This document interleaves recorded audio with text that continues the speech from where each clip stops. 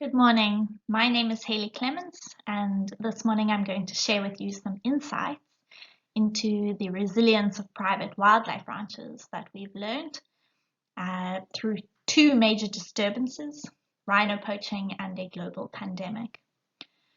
Just to acknowledge my collaborators, the Private Rhino Owners Association, as well as the Sustainable Wildlife Economies project that Matt Child from Sanby introduced to you last week. This map shows you the remarkable extent of private land in South Africa under some form of wildlife-based land use or conservation land use, falling in a range of categories, some of which are formally recognized and some of which are informal. These can be broadly categorized into about 2% of the country's land area under privately protected areas that are legally recognized under the Protected Areas Act, as well as this much larger extent of land which comprise private wildlife ranches. They receive no formal recognition, and they exist primarily because wildlife-based land uses are a competitive alternative to livestock farming, particularly in the more arid regions in South Africa. Given the notable extent of private wildlife ranches across South Africa and their potential to contribute both in terms of conservation and socioeconomic development, but also given that there is no guarantee that these landowners will continue to adopt a wildlife-based land use into the future, it's important that we understand their likely resilience in contributing to conservation and development going forward, given a rapidly changing and uncertain world. We can gain some insight into the likely resilience of wildlife ranches based on their responses to disturbances or crises that they've already had to endure. One of which is the ongoing rhino poaching crisis. Now, private landowners play an interesting role in the conservation of and recovery of white rhino in South Africa. In the 1970s, there were less than 100 individuals in Shishlui Game Reserve in KwaZulu-Natal. And the decision was made to relocate some of those rhino to other properties, including to private landowners that auctioned or that bid on auction for these rhino. Now, the incentive was that it was also legalized the trophy hunting of a very small and tightly regulated number of white rhino each year. There was high demand for international trophy hunters to shoot these white rhino, and so they would pay a lot of money. So there was a lot of incentive for private landowners to purchase these rhino and to conserve them and breed their populations, because rhino became really valuable either to sell to other landowners or ultimately to sell to a trophy hunter. As a result of this strategy, we see the remarkable recovery of the white rhino population in South Africa, as well as this increasing contribution of private land to rhino conservation. Now, in the last 2 decades, we've started to see a decrease again in white rhino numbers as a result of increased poaching pressure for rhino horn. However, we see that the contribution on private land is still increasing, and as a result, particularly given the recent numbers to come out of Kruger, it's now estimated that private landowners actually protect half of the white rhino in South Africa, which, with South Africa contributing 80% of the global population of white rhino.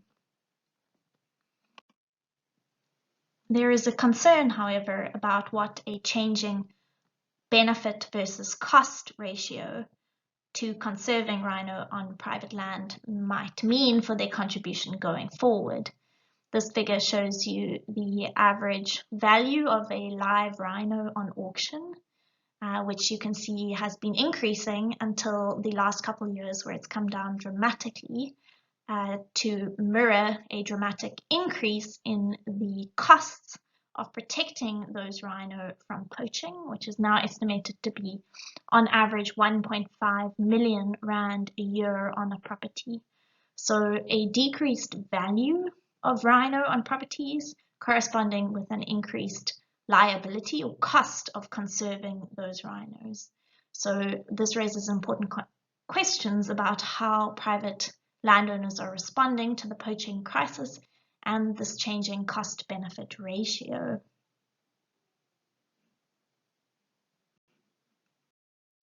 To gain insight into how private rhino owners are responding to the crisis, the Private Rhino Owners Association sends out surveys every few years to their members.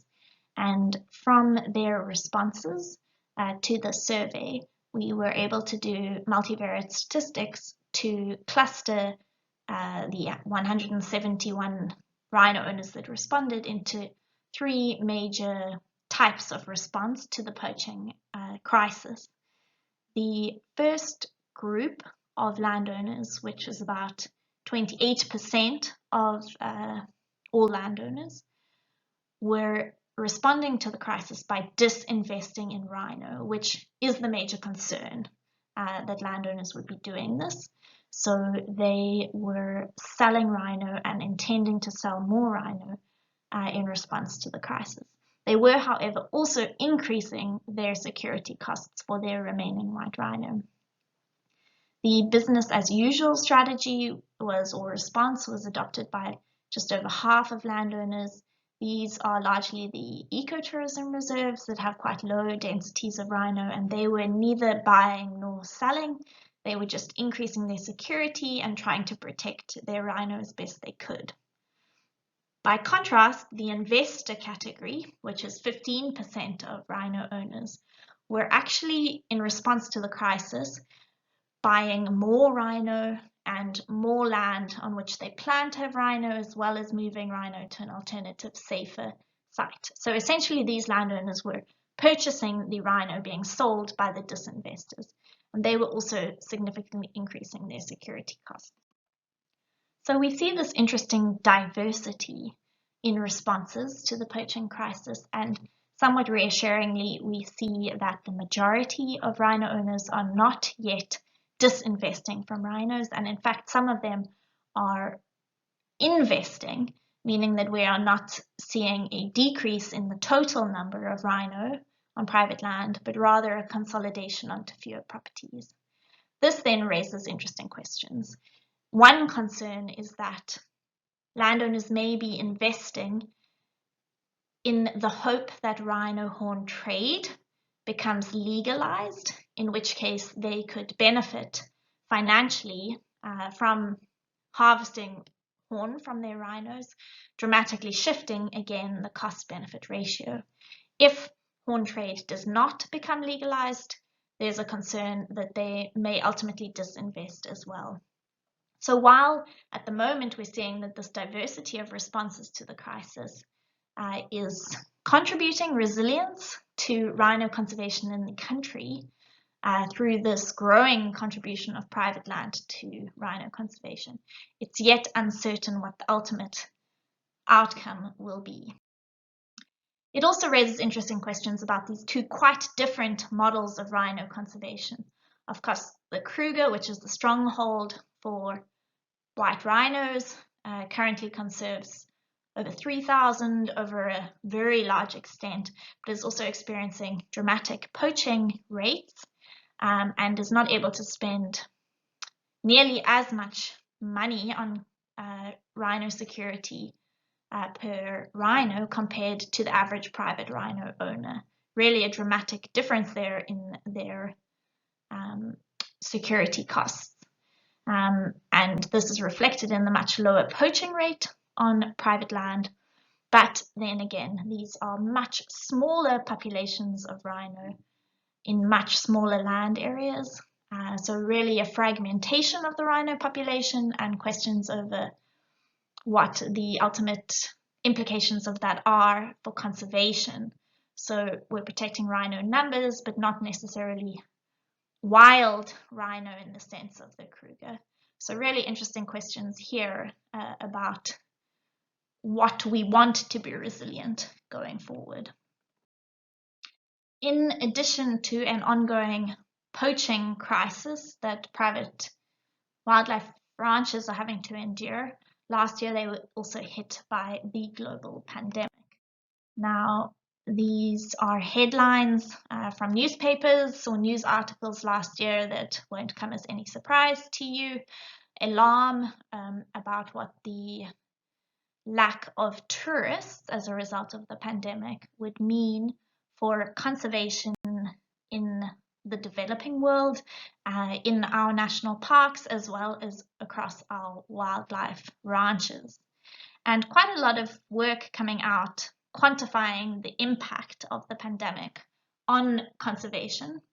In terms of the private wildlife ranching industry in South Africa, estimates of a 6.7 billion rand impact as a result of the loss of tourism and hunting last year. What we wanted to learn, in addition to what this impact was, is whether we could gain into any insight into how landowners actually coped or responded to the pandemic.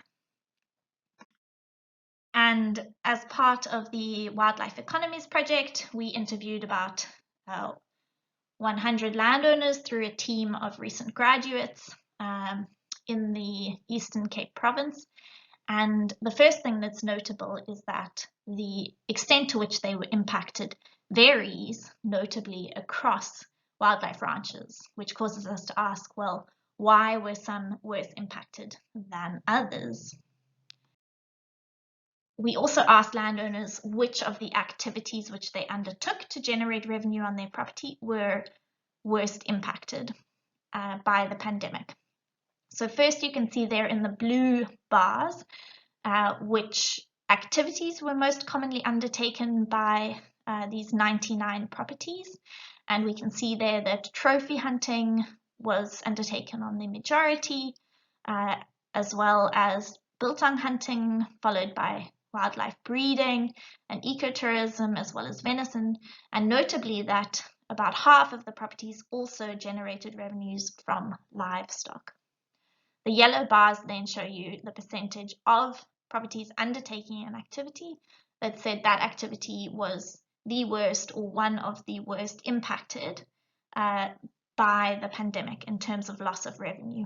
And what you can see there is trophy hunting, followed by ecotourism, were extremely impacted in the sense that the majority of landowners undertaking that activity said that was the worst impacted, compared with biltong hunting, venison, breeding, livestock, which were much less impacted. This makes sense in the sense that trophy hunting in particular is heavily reliant on foreign visitors.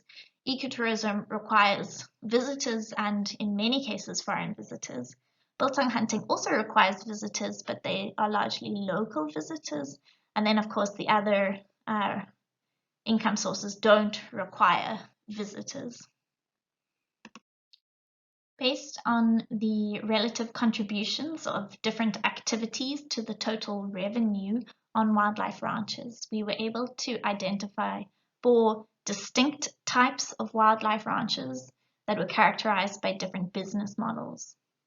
The first of these are those focused primarily on trophy hunting, which generate on average 65% of their revenue from trophy hunting and have the vast majority of their visitors being foreign.